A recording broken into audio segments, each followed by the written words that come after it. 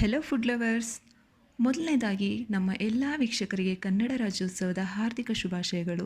ಈ special day ನಾವು special sweet carrot halwa ಜೊತೆ ಸೆಲೆಬ್ರೇಟ್ ಮಾಡೋಣ. ನಾನು ನಿಮ್ಮ Lakshmi. Welcome to Lakshmi recipes. Friends, ನಾನು ಕ್ಯಾರೆಟ್ ಹಲ್ವಾ ಮಾಡಲಿಕ್ಕೆ 1 kg ಕ್ಯಾರೆಟ್ನ ಚೆನ್ನಾಗಿ ತುರಿದು ತೊಗೊಂಡಿದ್ದೀನಿ. ಚೆನ್ನಾಗಿ ತೊಳ್ಕೊಳ್ಳಿ, ಇಲ್ಲಾಂದರೆ ಕಲ್ಲು ಮಣ್ಣು ಏನಾದರೂ ಇರುತ್ತೆ. 1 ಲೀಟ್ರ್ ಹಾಲು, ಕಪ್ ಮೆಜರ್ಮೆಂಟಲ್ಲಿ ಹೇಳೋದಾದರೆ 1 ಕಪ್ ಕ್ಯಾರೆಟ್ ತುರಿಗೆ 1 ಕಪ್ ಹಾಲು, 1/4 ಕಪ್ನಷ್ಟು ಸಕ್ಕರೆ, ಸ್ವಲ್ಪ ಒಣ ದ್ರಾಕ್ಷಿ, 1/4 ಕಪ್ನಷ್ಟು ತುಪ್ಪ ತೊಗೊಂಡಿದ್ದೀನಿ ಫ್ರೆಂಡ್ಸ್ ನಾನಿಲ್ಲಿ.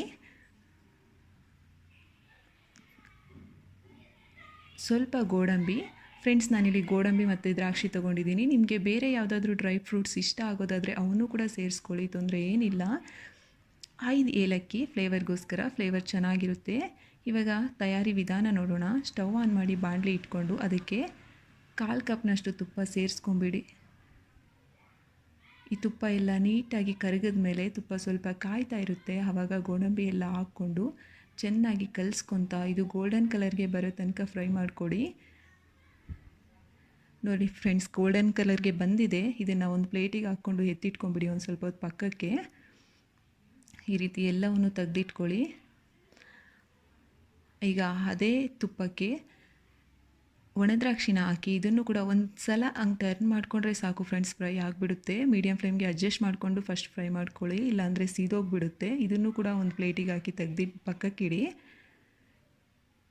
ಫ್ರೆಂಡ್ಸ್, ಕ್ಯಾರೆಟು ಹೆಲ್ತಿಗೆ ತುಂಬ ಒಳ್ಳೆಯದು. ಈ ರೀತಿಯಾಗಿ ಕೂಡ ತಿನ್ಬೋದು. ಕರೀಸ್ ಎಲ್ಲ ಇಷ್ಟ ಇಲ್ಲ ಅಂದರೆ ಈ ರೀತಿ ಸ್ವೀಟ್ ಮಾಡಿಕೊಟ್ರೆ ಮಕ್ಕಳೆಲ್ಲ ಚೆನ್ನಾಗಿ ತಿಂತಾರೆ. ಇವಾಗ ಅದೇ ಬಾಣಲಿಗೆ ಕ್ಯಾರೆಟ್ ತುರಿನ ಹಾಕಿ ಚೆನ್ನಾಗಿ ಕಲಿಸ್ಕೊಳ್ತಾ ನಿಧಾನವಾಗಿ ಮೀಡಿಯಮ್ ಟು ಹೈ ಫ್ಲೇಮ್ಗೆ ಅಡ್ಜಸ್ಟ್ ಮಾಡ್ಕೊಳ್ತಾ ಹುರ್ಕೊಳ್ಬೇಕು ಫ್ರೆಂಡ್ಸ್. ಇದು ಸೀದೋಗ್ದಿರೋ ಹಾಗೆ ನೋಡ್ಕೋಬೇಕು. ನೀಟಾಗಿ ತುಪ್ಪದಲ್ಲಿ ಫ್ರೈ ಆಗಬೇಕು ಫ್ರೆಂಡ್ಸ್ ಕ್ಯಾರೆಟು, ಆವಾಗಲೇ ಟೇಸ್ಟ್ ಚೆನ್ನಾಗಿ ಬರೋದು. ನೋಡಿ ಫ್ರೆಂಡ್ಸ್, ಹಾಕಿದಾಗ ಪೂರ್ತಿಯಾಗಿತ್ತು, ಇವಾಗ ಅರ್ಧದಷ್ಟು ಆಗಿದೆ. ಈ ರೀತಿ ನೀಟಾಗಿ ಮೆತ್ತಗಾಗಬೇಕು, ಅಲ್ಲಿ ತನಕ ಫ್ರೈ ಮಾಡ್ಕೋಬೇಕು. ನೀವು ಕಲಿಸ್ತಾನೇ ಇರಬೇಕು ಫ್ರೆಂಡ್ಸ್, ಇಲ್ಲಾಂದರೆ ಸೀದೋಗುತ್ತೆ. ಮುಚ್ಚಳ ಇಡೋದೇನು ಬೇಡ ಇದಕ್ಕೆ. ಆವಾಗವಾಗ ಕಲಿಸ್ತಾ ಮೀಡಿಯಮ್ ಟು ಹೈ ಫ್ಲೇಮ್ಗೆ ಅಡ್ಜಸ್ಟ್ ಮಾಡ್ಕೊತಾ ನೋಡ್ಕೊತಾನೇ ಇರಬೇಕು. ಈ ರೀತಿ ಆದಮೇಲೆ ಇದಕ್ಕೆ 1 ಕಪ್ನಷ್ಟು ಹಾಲು ಸೇರಿಸಿ, ಹಾಲಲ್ಲಿ ಕುದೀತಾ ಇದ್ದರೆ ಟೇಸ್ಟ್ ಚೆನ್ನಾಗಿರುತ್ತೆ ಫ್ರೆಂಡ್ಸ್ ಕ್ಯಾರೆಟು. ನೋಡಿ ಫ್ರೆಂಡ್ಸ್, ಈ ರೀತಿ ಮತ್ತೆ ಒಂದು ಸಲ ನೀಟಾಗಿ ಕಲಿಸ್ಕೊಂಡು ಇದಕ್ಕೆ ನೀವು ಮುಚ್ಚಳ ಇಟ್ಕೊಳ್ಳಿ.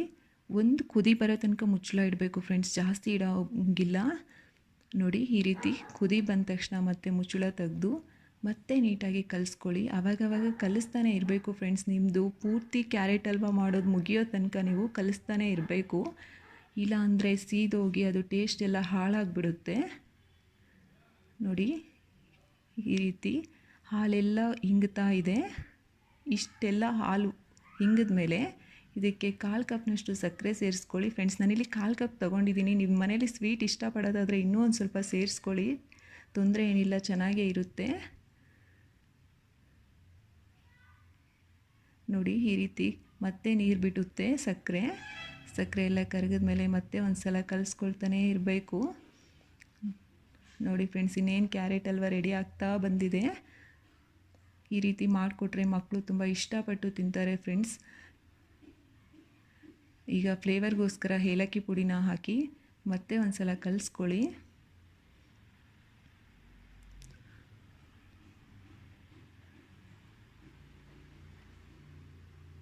ಇನ್ನೊಂದು 30 ಸೆಕೆಂಡಲ್ಲಿ ಆಗುತ್ತೆ ಫ್ರೆಂಡ್ಸ್. ಈ ರೀತಿಯಾಗಿ ಪೂರ್ತಿಯಾಗಿ ನೀರು ಹಿಂಗಿಕೊಂಡಿರಬೇಕು, ಹಂಗಾದರೆ ಕ್ಯಾರೆಟ್ ಹಲ್ವಾ ರೆಡಿ ಆಗಿದೆ ಅಂತ ಅರ್ಥ. ಇವಾಗ ಮೊದಲೇ ಫ್ರೈ ಮಾಡಿಟ್ಟಂತಹ ಗೋಡಂಬಿ ಮತ್ತು ಒಣದ್ರಾಕ್ಷಿನ ಹಾಕಿ ಮತ್ತೆ ಒಂದು ಸಲ ಚೆನ್ನಾಗಿ ಕಲಿಸ್ಕೊಳ್ಳಿ ಫ್ರೆಂಡ್ಸ್. ಮೊದಲೇನೂ ಬಿಡ್ಬೋದು ನಾವು ಗೋಡಂಬಿ ಹಂಗೆ, ಬಟ್ ತೆಗೆದಿಟ್ಟು ಕೊನೆಯಲ್ಲಿ ಹಾಕ್ಕೊಂಡ್ರೆ ತಿನ್ನಬೇಕಾದ್ರೆ ಅಲ್ಲಲ್ಲಿ ತಗಲ್ತಿದ್ರೆ ಅದು ತುಂಬ ಚೆನ್ನಾಗಿರುತ್ತೆ.